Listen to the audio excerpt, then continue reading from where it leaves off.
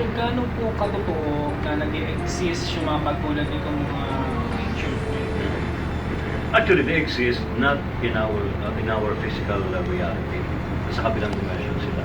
Kaya lang, ang katotohanan dito, yung kanilang dimension ay napakalapit sa ating dimension sa tao. So, yung emotion natin ay halos katulad din ng emotion nila. So, pag naramdaman nila na para silang nasasaktan, kaya nakita na nasaktan sila, gumaganti sila. So, very close yung dimension natin with their dimension. Ang akala nila, tao na rin sila.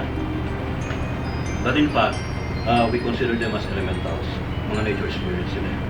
They belong to the earth element, sinasabi. Sir, saan po nagsimula itong paniniwagang ito ng mga Pilipino tungkol sa duwende, sir? Actually, based sa mga nakalipas na mga... Actually, matagal na eh. And I would say na pati yung mga eksperto nagsasabi na talaga ito yung nasa kultura na rin natin, yung mga Pilipino. Pero hindi lang siguro ito sa Pilipinas, kundi maging sa ibang bansa. Magkakaiba lang ang tawag natin. Dito sa atin tawag mga duwende. Iba sa ibang bansa tawag mga elf, leprechaun, goblin, yan. Pero isa lang yan eh, mga elemental sila. Although magkakaiba sila ng mga sizes, meron yung mga maliliit na isang pulgada lang, meron yung medyo malaki ng konti na hanggang tuhod lang, iba naman ay parang bata ang itsura. Sir, nabanggit niyo po yung description, na nabanggit niyo po yung tungkol sa size. Ano po bang description meron ang duwende ng mga Pilipino? Normally, kapag sinabi natin duwende, maliliit talaga. Isang pulgada lang. Yung mga parang mga 6 inches lang, iba naman eh hanggang sa 1 foot. Ganun ka lalaki. Pero depende rin sa class nila eh. Meron kasi iba mga parang category sila eh. Bilang mga nasa elf kingdom. Pero of course, para rin silang tao, magkakaiba rin ang itsura. Merong pangit, merong maganda, merong gwapo, merong masama, at merong mabuti. Sir, ang suot, mga ganito, nagbe-base din? Yes, yung kanilang kulay ng kanilang kasuotan, nagbase yan sa kanilang enerhiya o yung kanilang nature bilang isang nilalang sa dimension na yun. Kapag may binabanggit tayo na white dwarf o itim duwende, meron din binabanggit na itim duwende. Pero yun ay dalawang kategorya lang na parang pinagahati mo yung mabuti sa masama. But in fact, sa black dwarfs o mga itim na duwende, kung titingnan mo yung doon sa mga clairvoyant, doon sa mga nakakita sa kanila, magkakaiba rin ang kulay ng kanilang kasuotan. Meron yung iba ang kasuotan ay kulay brown, iba naman ay kulay gray, iba naman ay kulay black talaga. So, more on dark color sila. But we call them black dwarfs. Ngayon doon sa mga white dwarfs, magkakaiba rin ang kulay ng mga yan. Meron yung golden ang tsura, iba naman ay blue, red, iba naman ay yellow. So, more on light color sila. Ngayon, kung bakit magkaiba yung kanilang kategorya sa white dwarfs sa yung mga black dwarfs. Itong mga black dwarfs ay pinakilala talagang nananakit itong mga ito. Kapag nasabi mo sila sa paligid, akala nila sinasadya mo silang masaktan, gaganti. Whereas itong mga white dwarfs naman, ay ito yung they guide people eh. More on mas mataas yung kanilang kategorya kaysa doon sa mga black dwarfs.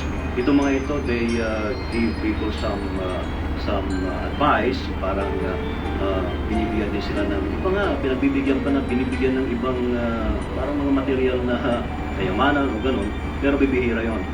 Mostly, mas spiritual, higher spiritual evolved itong mga white dwarfs kaysa doon sa mga black.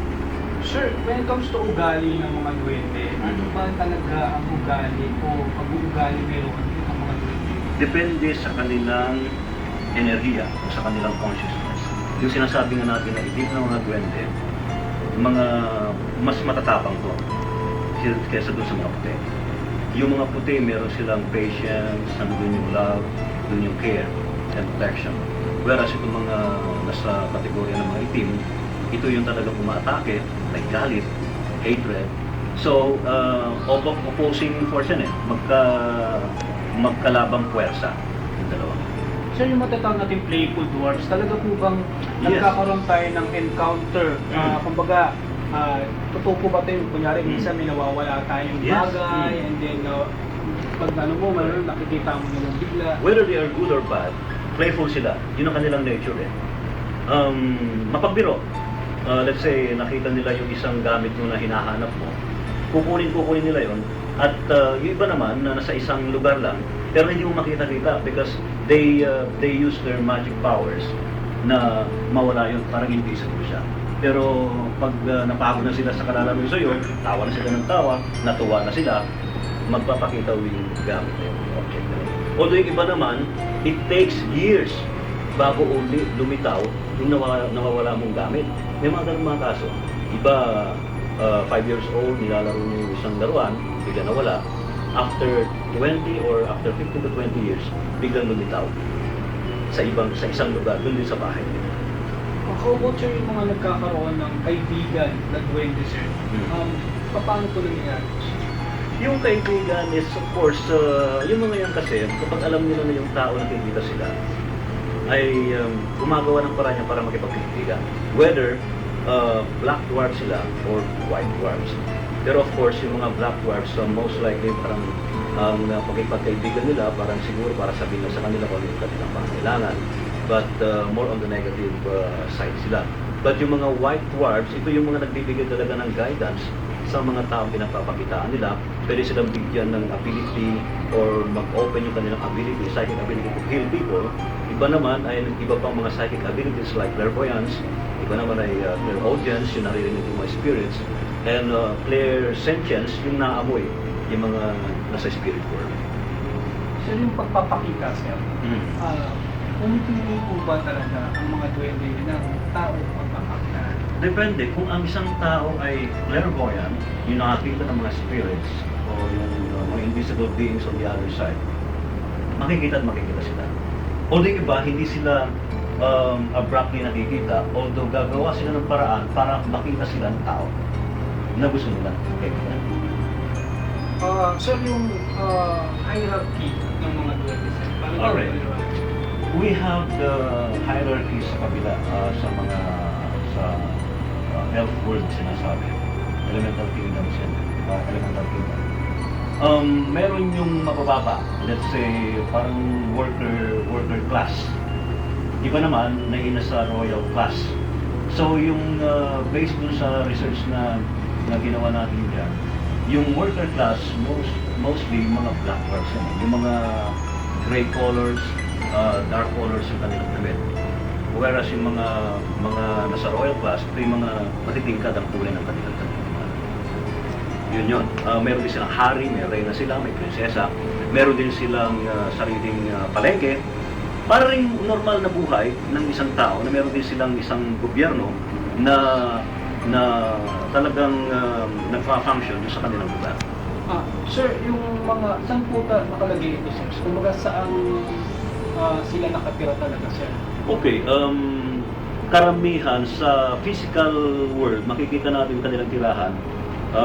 Yung popular na punso, yung mga sabi nga may inuno sa punso, gano'n. Yung mga nakaumbok na mga lupa. Pero karamihan naman dyan ay nakatira sa punong kahoy. Pero ang tingin natin, mga puno yan at bunton ng lupa. Pero pag pinasok mo yan, o kaya mayroon kasi pagkakataon na imbita rin yung ibang mga tao pero not physically na invited. They are invited on the astral, meaning yung kanilang astral body, detached, nakakapunta sila sa ganung kingdom. And they could see other reality kung saan ang kulturang lugar at normal yung kanilang pamumuhay bilang mga duwende. Parang tao rin.